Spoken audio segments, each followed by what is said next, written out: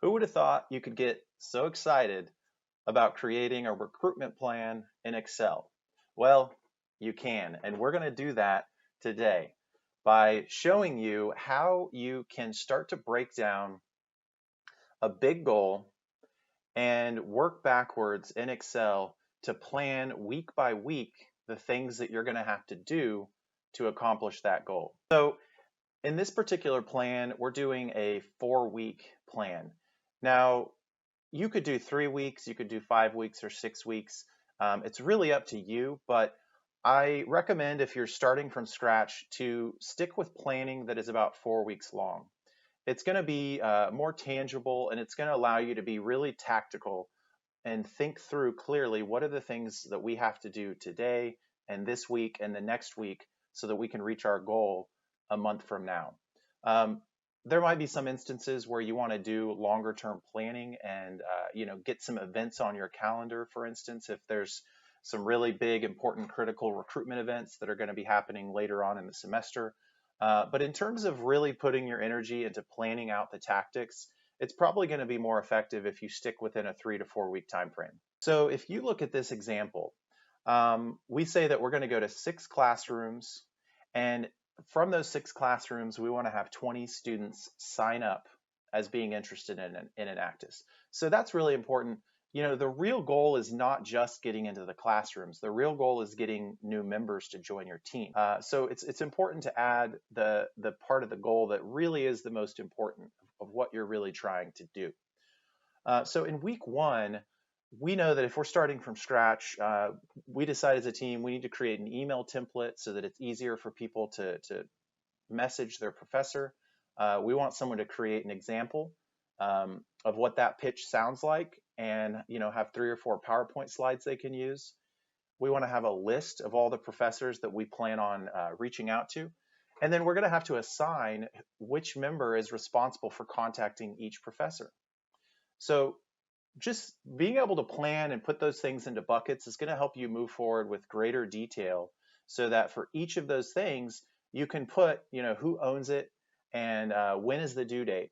And so if you're interested and you use Trello or you want to use Trello, I have another video where I take week 1 and week 2 of this recruitment plan and I go through in Trello creating task cards. And I go through the process of being able to assign it to a member, putting a due date on it, and then really more importantly, I put a checklist so that you can understand within an individual task, what are the actual steps that need to be done, and how can you keep track of when each thing is checked off the checklist. So check out that video if you're interested in that part too. So in week 2, we see that we've done all the work in week 1 to set up the foundation for us to make all these asks. So for this, I just want to highlight it's important that we're choosing to say 12 classes need to be asked. Because if we want to get into 6 classes, you need to know that you won't get into all 6, the first 6 that you ask. You're going to get some no's. So on this assumption, we're assuming a 50% yes rate, which means we have to ask 12 to get 6 no's and 6 yeses. You might have evidence or have done this in the past and realize that it maybe is closer to a third. So if that's the instance, you're going to need to get 12 no's to get 6 yeses. So you'll have to make 18 asks. So think through when you're planning, what are you going to have to do to actually be able to get there? So week 3 and 4, I won't go into detail there. That's basically just saying, hey, these are the weeks that we're going to do this.